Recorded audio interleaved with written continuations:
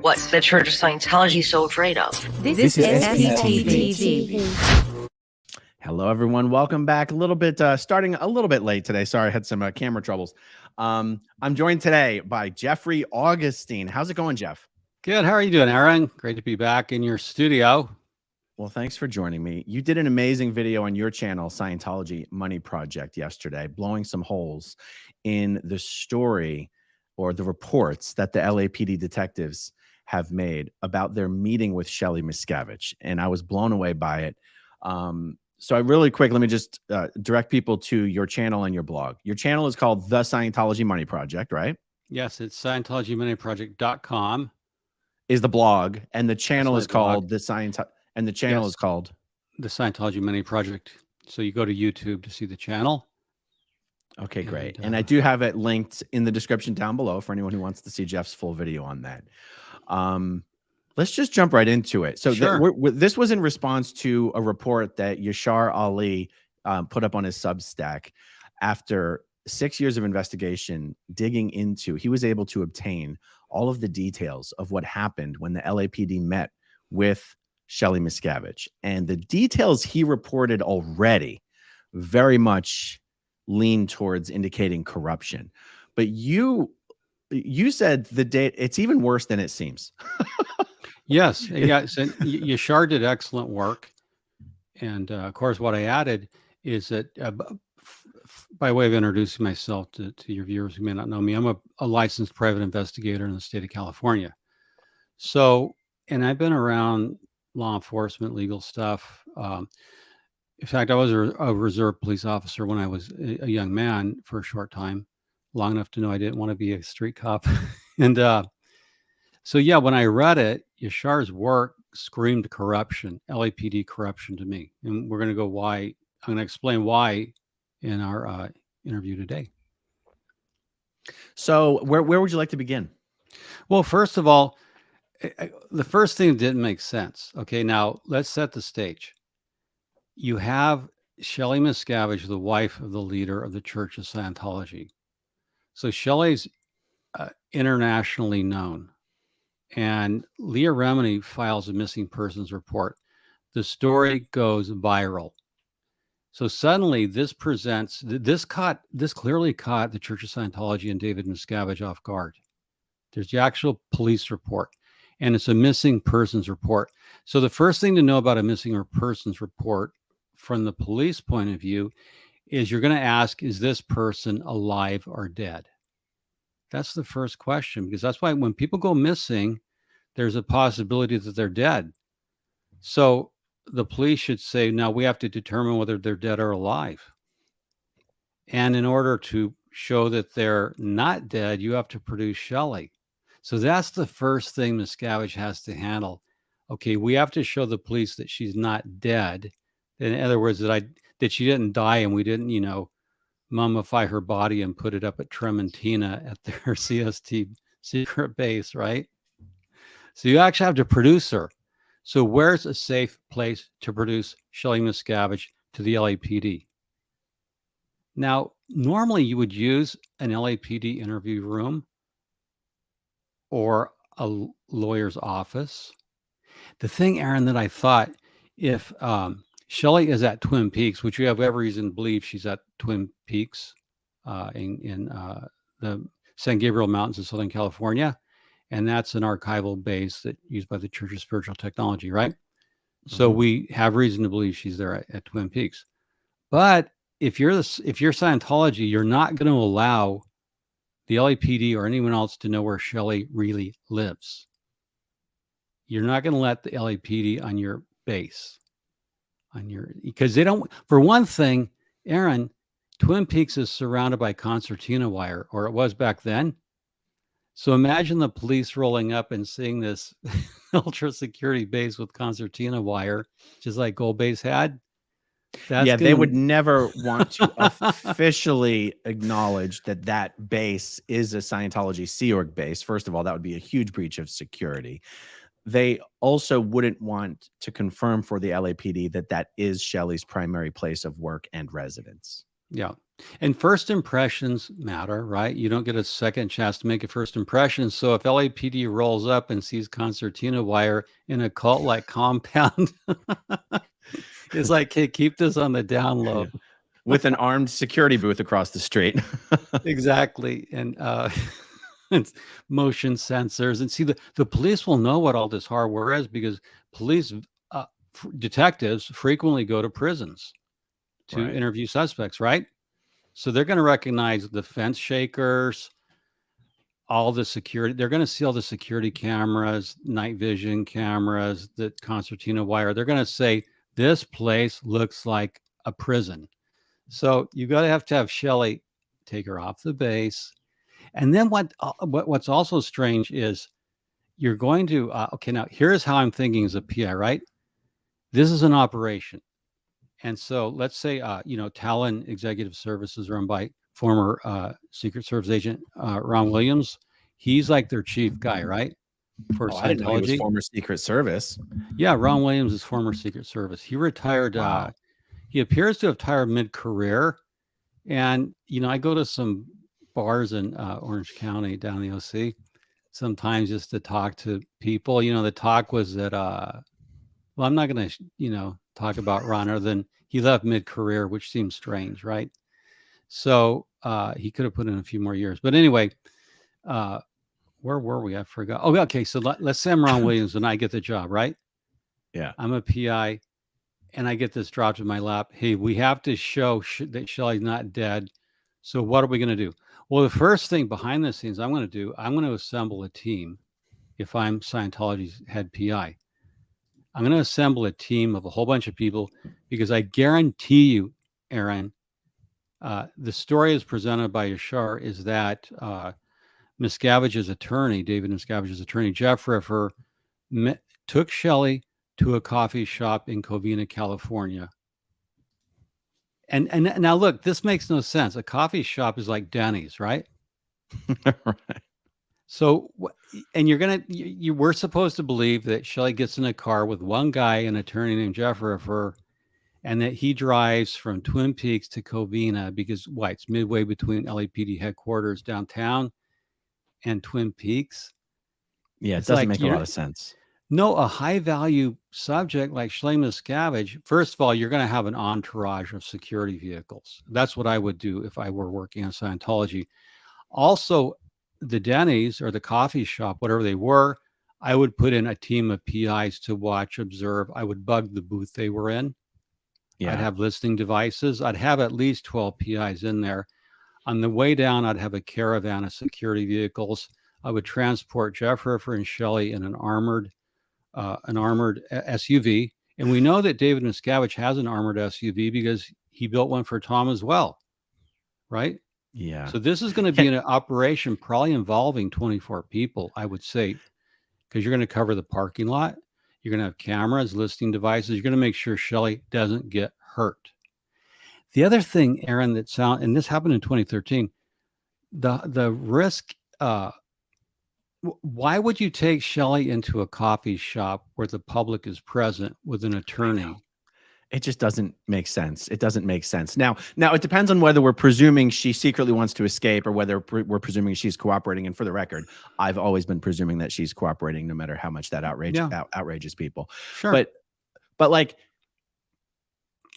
what doesn't make sense to me is why wouldn't Miscavige get her all dressed up, nice and pretty, like an official Scientology spokesperson might be, right? And have Shelly meet with the LAPD in freaking LA at one of the heavily monitored OSA conference rooms in the Life Exhibition building where Miscavige is not there. Why not then be like, what are you guys talking about? I've been here the whole time. Just because, and Shelly could put on a performance of like, just because Leah Remini hasn't been in touch with me. Like she could have played this whole thing up. And yet the story, the LAPD is they met at a coffee shop in Covina. Yeah, that doesn't make any sense. And to your point, you make a great point. It would have made more sense, in fact, to meet at the Scientology Celebrity Center. Shelly could have said, look, I'm on special assignment. I'm generally over at the HGB, which is Hollywood Niagara Boulevard, where the Life Exhibition Museum is for LRH. Yeah. And but they would have met at the Celebrity Center restaurant. And that means that's because that's a well-known public facility where LAPD has been many times. Okay. When they give out those, when they take those big fat checks during Christmas from the Celebrity Center, $20,000 checks, and they get wined and dined, you would have had her meet at the Celebrity Center restaurant. Or even the pavilion if they wanted to stay away from prying eyes. I mean, I have video of LAPD officers doing musical performances at the Celebrity Center pavilion. It wouldn't even be weird. Yeah. So that would have made more sense to meet at Celebrity Center in a more relaxed, informal environment. And Lieutenant Andre Dawson, who was one of the missing persons detectives conducting the case, he had been to the Celebrity Center. In fact, after he retired, he went to work for Scientology and did speaking. So all I'm saying is the coffee shop doesn't make sense, okay? And so what I'm saying, it also doesn't make sense to just turn Shelly Miscavige over to Jeff Riffer and let them go in a car.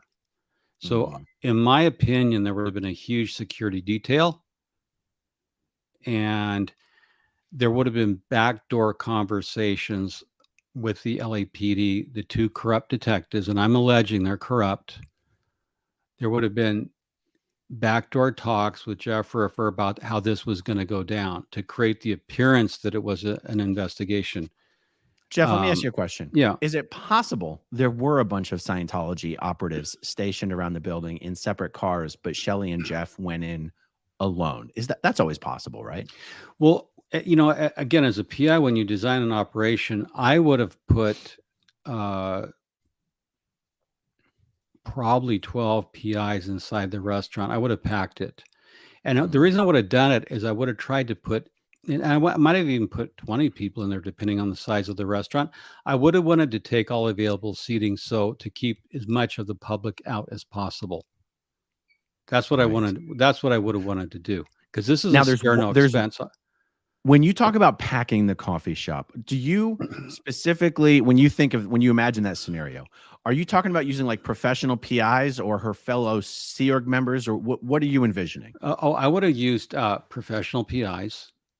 Hey, look, down when Monique Rathbun was suing David Miscavige, you know, I was in the courthouse back then in 2014, and there were 22 lawyers representing Scientology. So these guys were making, you know, between $400 for the cheap lawyers up to, you know, $2,000 an hour, probably for the former Chief Justice of the state of Texas. Wow, Mr. Jefferson. So it's nothing to get PIs, you know, to get 20 or 30 PIs. No, I would have hired, you know, a large cross section, male, female, different groups, different ethnicities, to make it look like a sampling of the general public. Maybe even had some PIs bring their kids in to make it look, you know, I would have tried to pack the place to keep the public out and to keep everything controlled. Brilliant. And then I would have had people in the parking lot. So is it possible they did that, Jeff? Is it possible? Oh, I'm sure they did it. Okay. Oh yeah. You're not, look, you're not going to leave anything to chance when you have this kind of the whole world's watching. The entire world is watching Scientology, and they're watching this story, and they're watching Leah. As David Miscavige, I'm not going to leave a damn thing to chance. I'm going to control every variable I can. I'm going to have people in the restaurant, outside the restaurant. In fact, I'm going to have people near the front door in case some people come in who I don't like, in case somebody got wind of this. You know, I'm going to control every aspect I can. So 360-degree surveillance outside the building, control the inside of the building. By the way, the scenario you're describing sounds much more realistic and likely to me than actually having Shelly meet at a Scientology controlled conference room in LA. Because I'm betting Miscavige doesn't actually want people to see Shelly, and he certainly doesn't want them to see Shelly meeting with the LAPD. So if they could have staged this meeting the way that you've described it at this coffee shop in Covina, that probably is the way he would have done it. You know, Aaron, you make a great point, which I hadn't thought of. Yeah, you don't want any Sea Org members to see Shelly Miscavige, to see COB's Not if wife. You can help it. Not if you can help it. No, yeah. So a neutral territory. And one thing I'm investigating, LAPD, and Aaron, I'll let you know, is I'm looking at coffee shops in Covina at that time to see if any were owned by Scientologists or Scientology adjacent friendly people, because I don't think the choice of location was accidental. If I could get a coffee shop owned by a Scientologist, I would pick that. Or if I So I'm just pulling this out of my butt. Sure.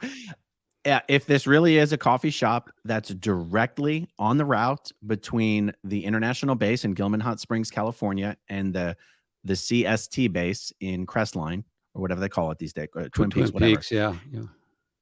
Historically speaking, I don't know how many staff generally are at that base, whether it's between 5 and 20, whether it changes over time. It might just be a coffee shop that everyone on the base goes there and they're known people. Like, it might be a place where if they saw Shelly, they'd be like, oh, we know her. We don't care. Like, it's not weird to us that she's here. Yeah. You know what? Here in Hollywood, back in the old days, the House of Pies on Franklin and Hillhurst, I think, Franklin, Vermont. The House of Pies used to be a big hangout in the 80s for Scientology publics in Sea Org. So it could be a hangout. But, you know, I still think it would have been at like maybe a Scientologist owned coffee shop. But so the location, there was something about that particular location, because you just wouldn't pick a Denny's at random and take your chances. Like I said, Miscavige is going to control to the greatest extent possible this place. Yeah, I agree. And okay, so now we have them meeting in a coffee shop, which is weird, but under those conditions where it's a controlled environment, and maybe someone in OSA knows who owns the coffee shop or controls it, right? Mm-hmm. So, but I'm gonna certainly have PIs inside to watch the two LAPD cops, and the LAPD cops, with a wink and a nod, somehow know that they have to throw this investigation. And so now, when you say throw it, what exactly do you mean? Well, here's what bothered me when the story came out. The missing persons report, they did the bare minimum legal requirement. Usually you would think in terms of doing an adult welfare check. Are you okay? Are you healthy? Do you need anything? You know, do you want to stay where you're at? All they did was the bare minimum and say she's not missing. So they're going to meet the bare minimum threshold. But let's get to where they're going to throw the investigation. They're not going to produce any photographic evidence of Shelly. That is, they should have taken a photo of her. I mean, that's the basis of an investigation. When you do an investigation, you get a photo of the subject. You take a photo. That's crazy, right? They probably took a copy of her ID, but how do you prove that the person you're meeting with is the same person that's in the ID? Well, you take a photo. Yeah, every basic police work, basic investigation work is to get a photo of the subject. Okay, that's it. I mean, you get a photograph. Now, Riffer could argue that it would be an invasion of her privacy to be photographed. But here's where it gets weird. Not if she's in public, though. Well, in a restaurant, you could argue it inside a building, or you could just argue in general. Look, she's here cooperating. She doesn't want to be photographed. The police, depending on, look, if she's just missing and they're seeing her, they don't have to photograph. I would have asked for a photograph. Riffer could have objected. That's why she's with a lawyer. Because again, what if she doesn't look good? You don't want a photograph to exist. I don't know. Now, the big lie in this whole thing, why I think it's utterly corrupt, is the fingerprinting story. Okay, not only are they meeting in a coffee shop, so let's say a Denny's, but we're to believe that the wife of Scientology's leader, David Miscavige, is going to be fingerprinted inside a restaurant where public diners are eating. Tell everyone what this detail is that we're talking about. Okay. What is the LAPD report about the fingerprinting? Well, the LAPD report, according to Yashar's article, was that they fingerprinted her, and then and we'll get into the details. They fingerprinted her, and this is the old style ink pad, where you take and you roll the finger across the fingerprint card. Mm-hmm. So we're supposed to believe the LAPD detectives fingerprinted her inside a coffee shop in full view of the public. Right. And then they drove all the way back from Covina to downtown LAPD to the forensics lab. And fingerprint readers the next day concluded, the fingerprints were substandard and we couldn't get a direct hit off the fingerprints on when you get a California driver's license, you have to give your fingerprints. Yeah. And that's just to prevent like someone like me from getting 10 different California driver's licenses. Right. Now, Jeff, let me ask you one quick question again. Yeah.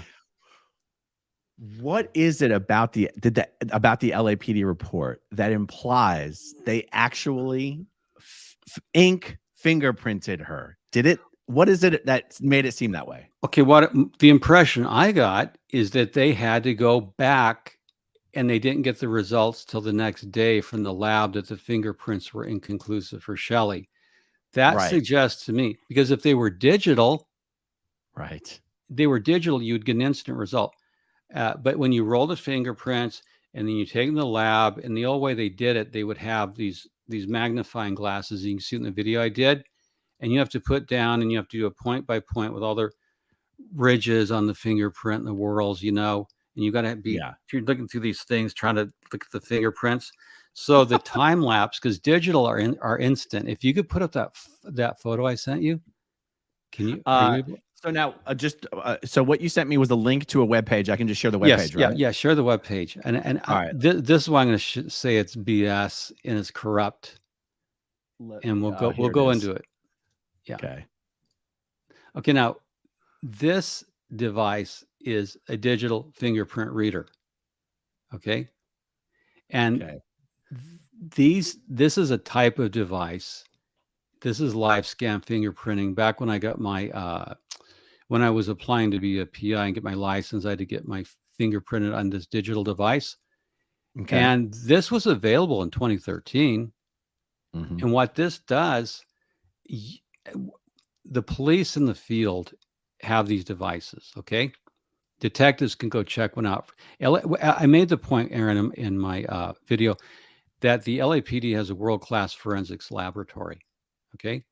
And when you do field investigations, you can bring along a digital fingerprint reader. It's a glass platen. You put your fingerprints on it. And basically, I cited an article by an academic that shows by use of biometric digital fingerprinting, you can get a fingerprint result in about a minute. Right. So basically, you're in the restaurant, you have a digital fingerprinting unit hooked to your laptop, you have internet signal. All you do is send the fingerprints of Shelly.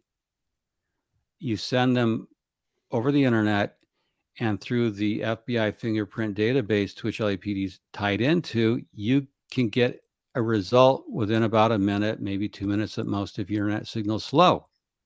Right. So Jeff, if someone was like, "Oh, Jeff, don't be ridiculous," they wouldn't have fingerprinted her in the restaurant. They would have taken her out to the car and fingerprinted her. Would that be just as ridiculous? Yes, it would be just as ridiculous because the technology of 2013 was to use digital fingerprinting. It's not to take a messy ink pad. Now, Aaron, when you fingerprint, you have to go from nail to nail. So you take it and you're going to go from nail to nail and roll each finger, and it's going to be real messy, and you're going to roll each finger. So you have your index, middle ring, and little finger, and the thumb. Right. So you've got to do all the fingerprints, and so you're going to do all 10. And then you're going to do them. So you have to roll it. Now, this is where the corruption comes in with a dirty cop and or incompetence, but I think it's corruption. When you roll, here's the trick. When you roll the fingerprint, and if you twist the finger, push it down, pressure, turn it, you're going to get an illegible fingerprint. And you can do that all 10, all 4 fingers in the thumb. You can just screw with it so that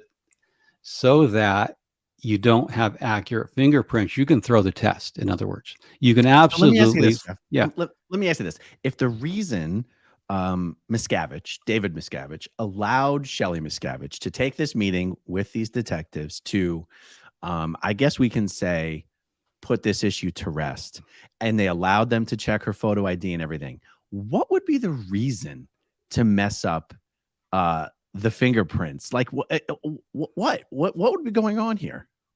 Well, basically, it may not have been Shelly at the meeting. I mean, I could say that it might not have been Shelly, or alternately, they don't want her fingerprints. The detectives, if I find it hard to believe, okay, now fingerprinting is as much of an art as a science, but to have two senior level LAPD detectives unable to successfully fingerprint someone in the field, they have to be as incompetent as hell, or they deliberately did it. If they deliberately did it, it was just to frustrate Leah Remini and the media, and just fuck with things. Excuse me. Because I honestly think that's the answer, what you just said. Yeah. I honestly think that is the answer. Yeah. Miscavige wants to do just enough in order to comply with what he has to do, but not one little bit more, and enough to make Leah Remini feel like she didn't get what she wants. That's my personal feeling on it. I agree with you. So the fingerprints are not going to come out right. And this is where the corruption comes in. They throw the fingerprints. Because look, it's not that hard to do fingerprinting. You have to get a certification to do it. You do a little test. It's like, here's an interesting side fact, just so you know. At one point, and it still may be the truth, I have to look it up, David Miscavige was a notary public in California. Did you know that? No, but does that mean his fingerprints are on file? Probably, but what it means, and I don't recall what the laws were in the 80s when when LRH was in hiding, when L. Ron Hubbard was in hiding, David Miscavige became a notary public, which is easy to do. You take a test and do it. And he probably had someone take the test for him, but you're able to notarize documents. So since we know that David Miscavige is capable of signing L. Ron Hubbard's signature, he could notarize documents. Yeah. But my real quick, point Jeff, is, I've seen this question. I'm sorry, I keep interrupting you. I've seen this question come up a bunch of times of how did they already have any of Shelly's prints on file? And I did ask Yashar Ali this question yesterday. He explained to me, prior to 1986, in the state of California, when you made your initial application for a driver's license, they took your prints, even if it was only your thumbprints. Yes. And so it was those old prints that they had on file for Shelly. Is it possible, Jeff, that so much time has transpired that the prints just wouldn't match up just for, wear and tear reasons? Is that possible? Well, Yashar's article, as I understood it, no, your fingerprints don't change over time. And I'll give you an example why. L. Ron Hubbard was arrested in 1946 in San Luis Obispo for passing bad checks. So they fingerprinted him. And the Navy had his prints. Anyway, his prints were on file. So that, remember when LRH was in hiding, L. Ron Hubbard was in hiding, and he didn't want to show. So Heber Jensch came up with the idea to send in certified fingerprints of L. Ron Hubbard to the court to say, I'm choosing to live in seclusion, and here are my fingerprints, and I'm not dead. This was when L. Ron Hubbard Jr. Sued to get control of the state, alleging his father had been killed or was, had dementia. If you remember that case. I do. Okay, so Ron sent in his fingerprints, and these were 40 years after his arrest for passing bad checks in SLO. So those fingerprints were really legible 40 years later. Okay. So no, the fingerprints would not have degraded. Your fingerprints don't change. They're like your DNA. They stay with you, assuming you don't try to modify your fingerprints as some criminals do. But no, they wouldn't have changed. Yeah. I think they were just doing it to aggravate, aggravate Leah Remini, aggravate the public. And it's weird to say, well, the fingerprints, we couldn't get a direct match to the fingerprints. Well, what they're admitting is we're so incompetent as detectives that we don't even know how to fingerprint people. And if they're that bad, they shouldn't be detectives. if they didn't have confidence in their abilities to fingerprint, they could have went over to forensic sciences and said, hey, we need an evidence tech to go with us to take fingerprints. Yeah. I think something that supports what you're saying as well, as far as the police either being incompetent or just sort of doing Miscavige a favor by being like, hey, we're just going to do the bare minimum here and we're going to like screw with them the rest of the time, is they never went back to get a second set of prints. And you go, well, to most people, it sounds weird that they even bothered fingerprinting her in the first place. But clearly they felt it was appropriate enough to do it. And clearly either the attorney that was with Shelly Miscavige didn't object, or they did it over his objection. So clearly the officers thought it was necessary to do the fingerprinting. They say the fingerprints come back inconclusive. They don't even bother to go back and do it again. I mean, I think that tends to prove what you're saying here, that there's some chicanery going on.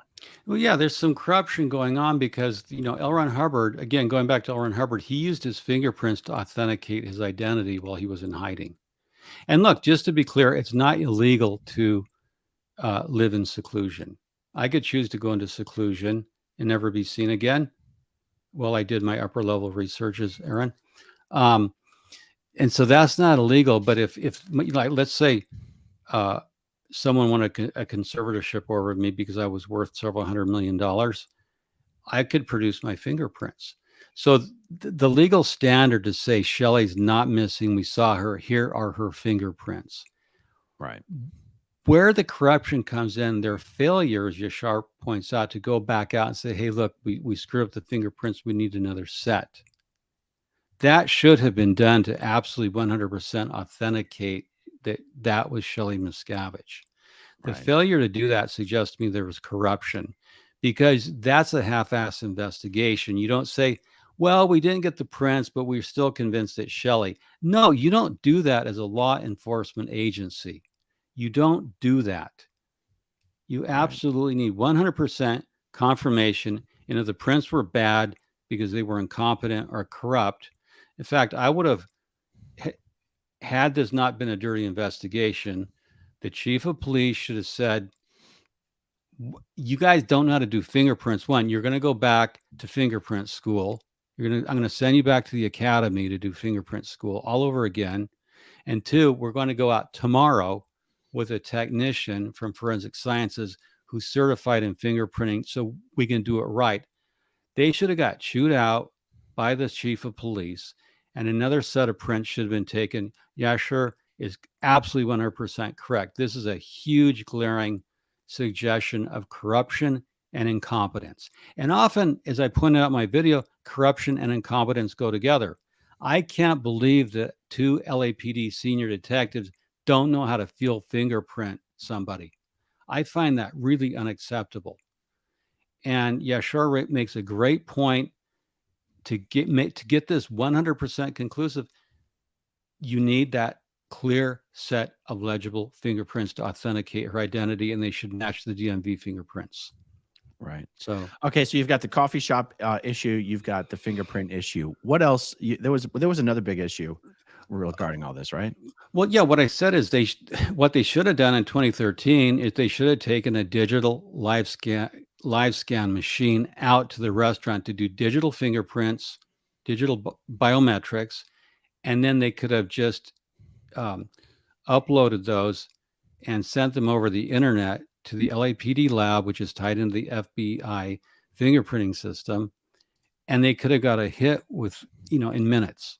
Because they got a 100% digital, and they would have, look, Aaron, when you upload the prints through a field, kit, a digital biometric fingerprint reader, this would have created a couple things: a permanent record of time, place, location, officers, person. It would have created a chain of custody and identifiers of what time and where we did it. And you would have had a digital image. And there's no ambiguity in a digital image. When you have digital sensors reading fingerprints, there's no ambiguities. There's no pressure of rolling it across the fingerprint card. So it would have eliminated all ambiguities. The technology was available. They had it. Here's why I said I compared the two PIs, the two detectives who did this to fighters throwing a fight. The selection of equipment, they had digital fingerprint readers used in the field. And the reason they have these is, let's say there's an event that goes down and you need to do a field investigation, you need quick fingerprints. You have all that equipment with you with the LAPD, right? So the fact that they chose a 1950s ink pad and fingerprint card rather than digital equipment suggests to me just in the deliberate selection of poor equipment would allow them to throw the test, would allow them to smudge the fingerprints. Because I'm telling you, like as I explained, there's the way to throw this. So meeting at the coffee shop didn't make any sense for Shelly's. And it's also hard to believe that the attorney for Shelly Miscavige would allow her to be publicly fingerprinted like a common criminal inside a coffee shop in public. Yeah, it just doesn't make sense, does it? No, not. Shelly's a very high value person. You know, she's the wife of the ecclesiastical leader of the global religion, you know, everything, all that he likes to say. And she's going to be fingerprinted like a common criminal in a coffee shop. I don't buy that at all. This was prearranged. There were, I think, PIs, you know, filling up the place so the public couldn't get in. And the story just doesn't add up when you could easily meet at a lawyer's office. You know, Jeff Riffer's a lawyer. He has colleagues with law offices around. You could have met at a law office. You could have rented a hotel suite. Why this wasn't done privately, it should have been done privately. A hotel suite would have been perfect, as would a lawyer's office. The lawyer's office would seem to make the most sense, wouldn't it? Yes, it would, because you have an interview room. It's private. You pull up. Nobody knows who's getting out of the black SUV. Yeah. Right. Because even meeting in the coffee shop gives people a little bit of ammunition to go, oh my God, it's not far from the CST base. I'm surprised Miscavige wanted anyone to know, anyone to even be able to know even approximately where Shelly Miscavige might have been. She could have driven to a law office in downtown Los Angeles and met in a conference room. Nobody would have known who the hell she was. No. She wouldn't have run into any Sea Org members. And she would have been like, I don't have to tell you where I live and work. And you make a good point, because Scientology has a lot of lawyers who work in downtown high rises. So it's really easy to go into a downtown high rise, underground parking, and take the elevator straight up to the 47th floor or whatever floor it is, get off and go into a law office. Yeah. And so Jeff, even though we're saying it doesn't make sense necessarily, do you actually doubt whether they met with her in this coffee shop in Covina? That's what the report states. Yeah, sure, read it. So I don't have any doubt that it happened as described. But it makes no sense to me why they would pick a coffee shop. But apparently, this, if Leah files her missing persons report, this creates this really hits Miscavige. He blindsides David Miscavige. So maybe under the pressure of time to get this story off the international headlines, right, of the internet, newspapers, whatever, they concoct a plan. I don't know why the coffee shop's important. That's why I'm trying to investigate coffee shops of the time to see if they were owned by Scientology. And I have developed a short list of coffee shops off the 210. So I plan this to me, this is as a blogger, as a PI, this is pure gold to investigate. Actually, Jeff, it just dawned on me, because Yashar reported it was a coffee shop in Covina. I actually inferred that it was already known which coffee shop it was. The police didn't even say where they met with her specifically. Well, I don't know. I haven't read the reports. Yashar has. If I know the name of the coffee shop, if I can get that name, if someone sends it to me, then I can investigate the chain of ownership and who owns it, and finds out who owned it in 2013. That's easy for me to do because I'm a private investigator. So Aaron, if someone gives me the name, I can find out who owns it, because I'm suspicious about the location of why a coffee shop in Covina. Why not a coffee shop in Buena Park or, somewhere else? So there was something very deliberate in the choice, because you don't just go, oh, well, we'll just meet at a coffee shop. You don't. Every part of this operation would have had to be scrutinized probably, I think, by Ron Williams of Talon. And there's a reason they picked that location. There's a reason Scientology picked it, I think. Okay. Aaron.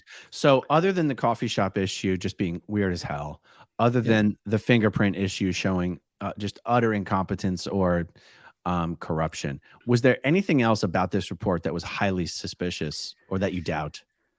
Well, Yasha reported on the surveillance footage. We can talk about that. The surveillance footage, he says, appeared to be scrambled. So, the surveillance footage should have showed Shelly pulling up in what kind of vehicle, getting in, walking in the restaurant, walking out. Yashar reports that footage is scrambled. Now, what you normally do when you look at surveillance Can we footage, quickly explain to everybody the context of this? According to Yashar's report, you take it, yeah. Well, according to Yashar's report, a week after the meeting occurred, the LAPD sent a request to the coffee shop to send them the security footage of the premises for the time of the meeting.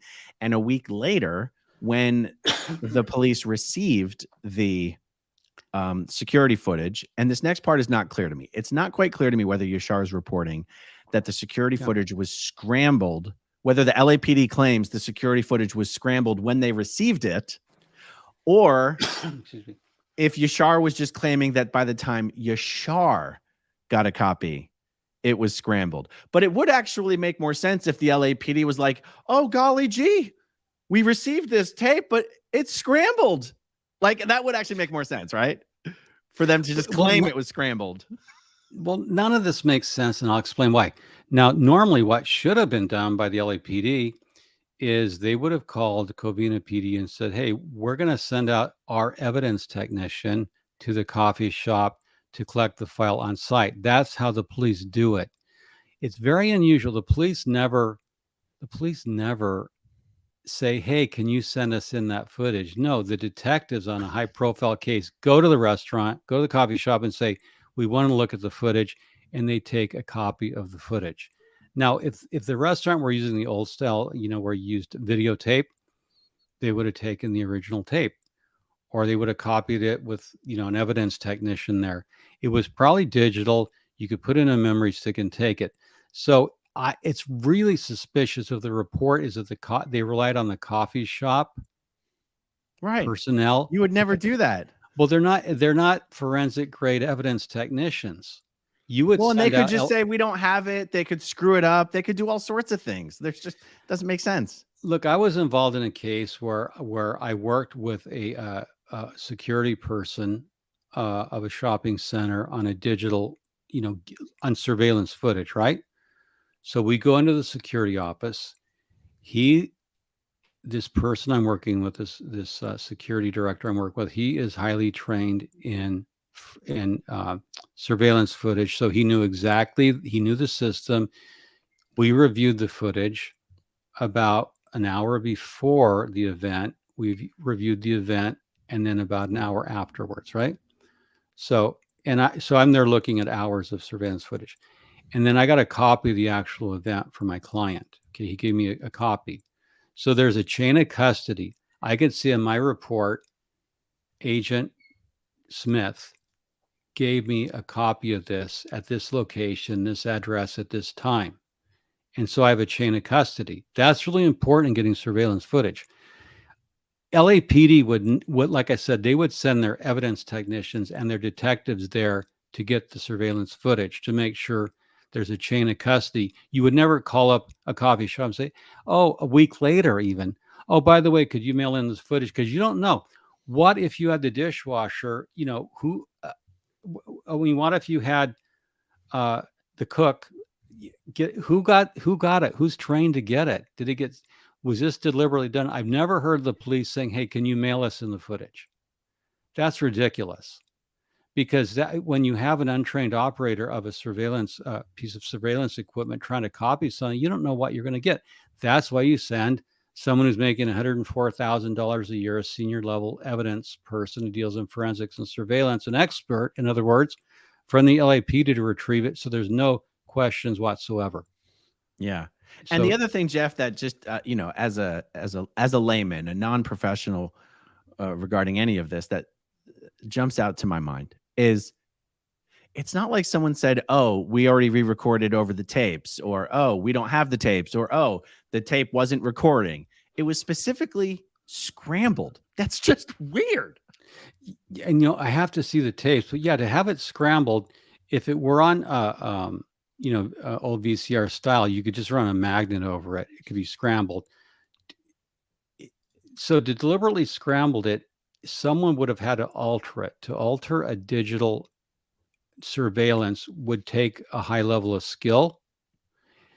To alter digital Well, and also, Jeff, I'm footage, sorry to cut off. I'm sorry. Yeah. It just seems like it would be so unnecessary. Like, who is it? At what point in the chain of custody are we to believe this thing was scrambled? Because, by the way, if I'm remembering Yashar's report correctly, Yashar saw a copy of this video himself and verified it's scrambled enough that you cannot recognize anybody in it.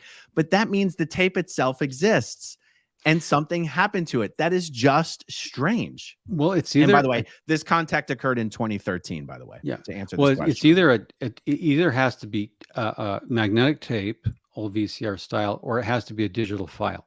In either case, there are techniques to scramble either a VCR magnetic tape, or there's techniques to scramble digital file. There are techniques, there are ways to do it. I'm not going to talk about it, but there's ways to do it. And this goes on usually in the case where there has to be an insider at work, Aaron. So Scientology could have put an operative in to make the copy, and he or she would have had the skills to alter the tape. Because you do need some skills to alter a digital file.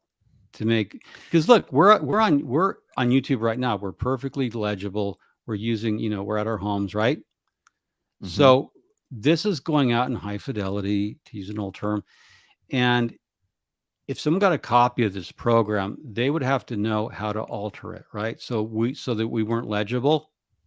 So it's doable, but it suggests to me there's an insider at work from Scientology, and they go into the restaurant and they scramble it and they get the LAPD copy. And again, like I said, it doesn't make sense when the burden is on the LAPD to investigate it. The burden is not on the coffee shop to send a copy to the LAPD. That doesn't even make sense because it violates chain of custody rules. It violates evidence rules and how to preserve evidence, how to collect and gather evidence to ensure that it's safe, it's not corrupt. It violates so many LAPD rules of evidence that it seems to be part of the corrupt investigation that occurred into Shelly Miscavige. Yeah, makes sense. So let me just sort of kind of wrap it up with this. Based on your observations, and I understand you're not saying anything conclusively. You're pointing out holes in the story. Sure. Are you suspecting that something did in fact not occur? Like, are you suspecting they didn't really meet with her? Are you suspecting it wasn't really Shelly? Is that necessarily where what you have not yet concluded, but suspect? Well, here's what I say. As a private investigator, I don't know for sure what happened. A meeting did happen at a coffee shop. Now, I haven't seen the reports to which Yashar has access. I haven't read them, so I can only go so far. I don't know what Yashar has read or seen. Okay, I haven't looked at it for myself. We know a meeting took place. It was very likely with Shelly Miscavige. There were very likely a high degree of control of the scene by security personnel hired by Scientology. So, yes, I do think they met with Shelly. Because they would have asked for her driver's license at a minimum. That's the first thing you do, driver's license. Because when you ask to identify a person, they'll give you your driver's license. So she produced her driver's license. Jeff River said, keep talking, Jeff. Let me grab a replacement battery. Keep talking. Okay. So, while Aaron's away getting a replacement battery. No, I could still hear you while you're talking. Oh, I know. I've seen this before. Replacement battery. Okay, are we back on? We're good. Okay, we're good. So it's hard to talk when you're. I know when you're by yourself. I know. I was going to give out a favorite recipe or something. So, no, I don't have any doubt that the meeting took place. But what I do doubt is uh, here's my questions. Why that particular coffee shop? I think it was owned and or controlled by a Scientologist. That's a theory of the case I have. Or somebody, a Scientologist knew who was in a position to control that coffee shop. So that's suspicious, right? The second thing is smudging the fingerprints and then just saying, well, we met with her, so we don't need the fingerprints. That's not acceptable. That's why I think the United States Department of Justice should look into this particular investigation and say, why didn't you go out and get a second set of prints? I see where you're going with this. Yeah, I see where you're going with this. And also the Department of Justice should, and they have jurisdiction. They could, right? That's a thing that they could do. Yeah, because this is a case of police corruption. And this is where the United States Department of Justice could ask questions like, why was the tape scrambled? Why didn't you go out there with your evidence technician and collect it yourself, LAPD? How could you ascertain absent conclusive fingerprints that was indeed Shelly Miscavige? See, that's the doubt as an investigator. When we were talking about an actual evidence-based scientific approach, the U.S. Department of Justice could also ask, why did you do ink fingerprinting in 2013 when you had digital biometric wireless devices to get on-site verification that those were her fingerprints? See, that would have created a digital trail of evidence to verify it, and that would have conclusively put to rest and established Shelly's evidence. So that's why I think there was corruption. The cops were dirty. And David Miscavige was calling the shots, and that's why the United States Department of Justice should investigate this. I got it. So even if you're saying that they did actually meet with her, the way this was handled, the way they mishandled it, they even mishandled it in other ways, like putting out a press release, sort of shitting on Leah Remini instead of just giving Leah Remini an answer to report. There's a lot of things. You're saying the Department of Justice should investigate the corruption between the LAPD and Scientology. Oh, absolutely. And it goes back. Look, I'm going to share you something. In the early 1980s, when I started my technical sales career, one of my clients was Los Angeles Police Department, and specifically the Piper Technical Center. That's like their 5-story fortress where the heliport is. It's the largest heliport in the world where they run air operations. So the Piper Technical Center, I can tell you there was a Scientology embed. He was a client of mine. He was a Scientology OT7. He was the one who introduced me to Scientology. I'm not going to mention his name right now. I'd be glad to talk to the Department of Justice.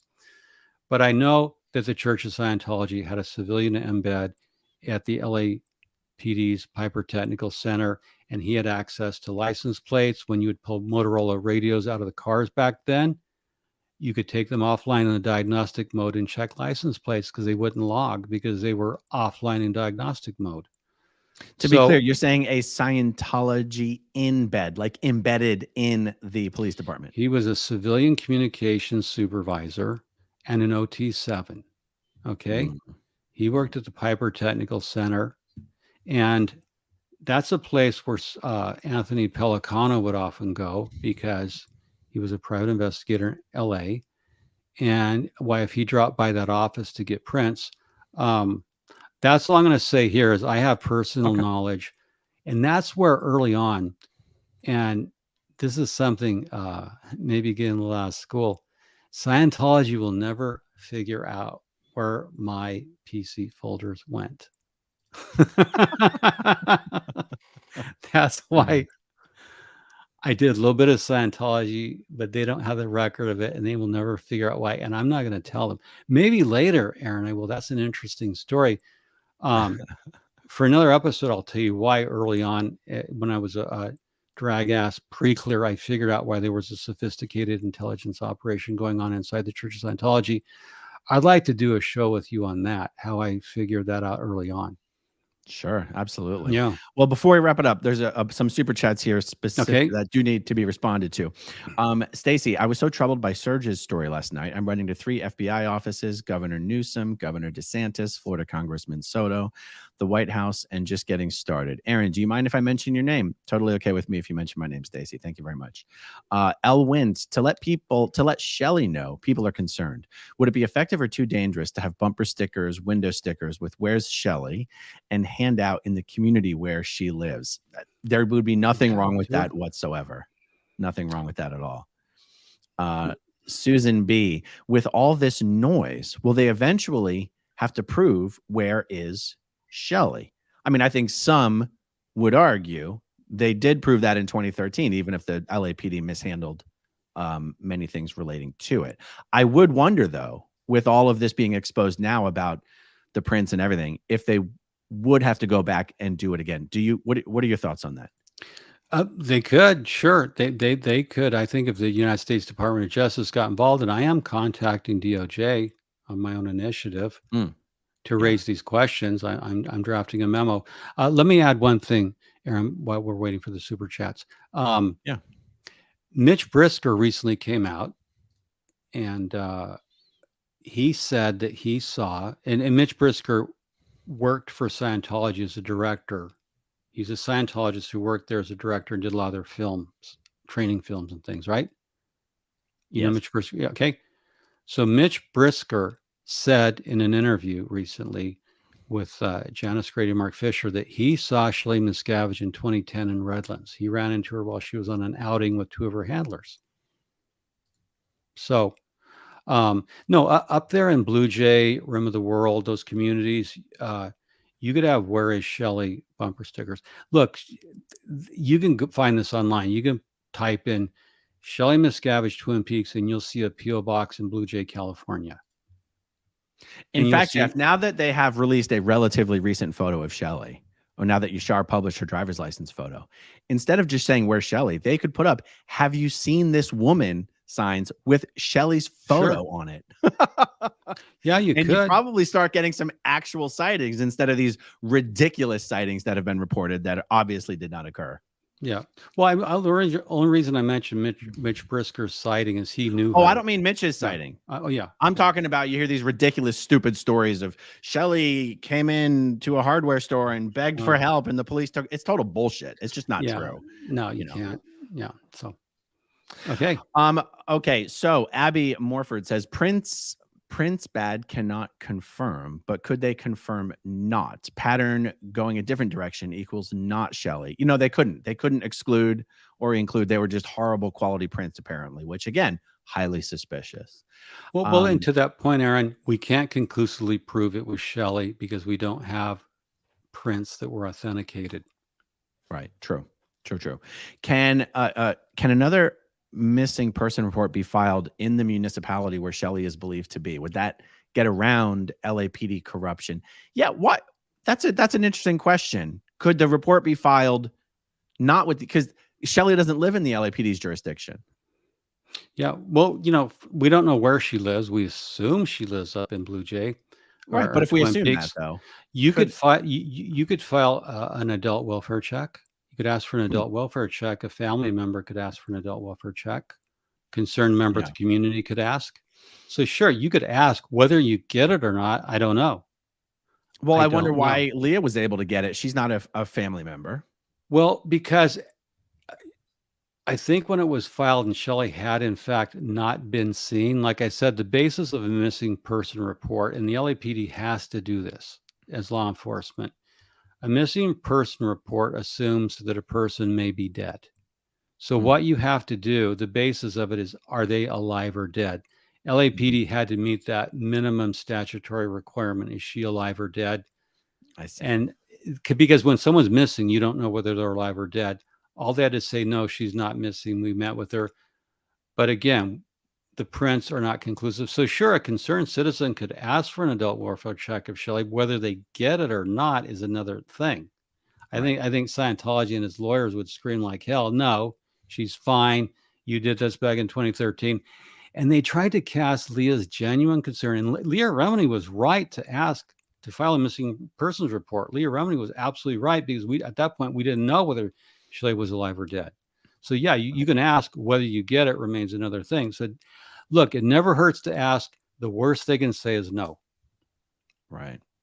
Annie Kurtz asks Jeff, is it possible the LAPD Hollywood division has locations, a safe house pre-wired up for surveillance, meaning a very cozy relationship with Scientology and the DOJ? I'm not actually understanding how these two thoughts go together. Well, anything's possible. I think that they have a relationship with LAPD, but not with the Department of Justice. I'm not going to comment beyond that. Now, also the other dynamic that's changed, Annie. Yes, anything's possible in Hollywood. Anything is possible. But since the retirement of Captain Corey Polka, and he was Scientology's best friend, just like Sheriff Lee Baca was, who later went to prison. Since his retirement, in his investigation over the Les Moonves case, I think the LAPD downtown is going to have to really pull away from Scientology. But just to make sure, I think that's why the U.S. Department of Justice needs to investigate this thing. Yeah. All right, cool. Well, that is all we have on this for now. Any new developments and anything that Jeff posts to his blog or his channel about all this, I'll share with you guys as well. Or we just keep doing more live chats. I like doing them. Yeah. It's a lot of fun. Thanks for joining us, everybody. Thanks to everyone who watches until the very end, and we'll talk to you soon. Okay, if you want to see my rock and roll songs, click right on this guitar. And if you want to see a different one of my videos,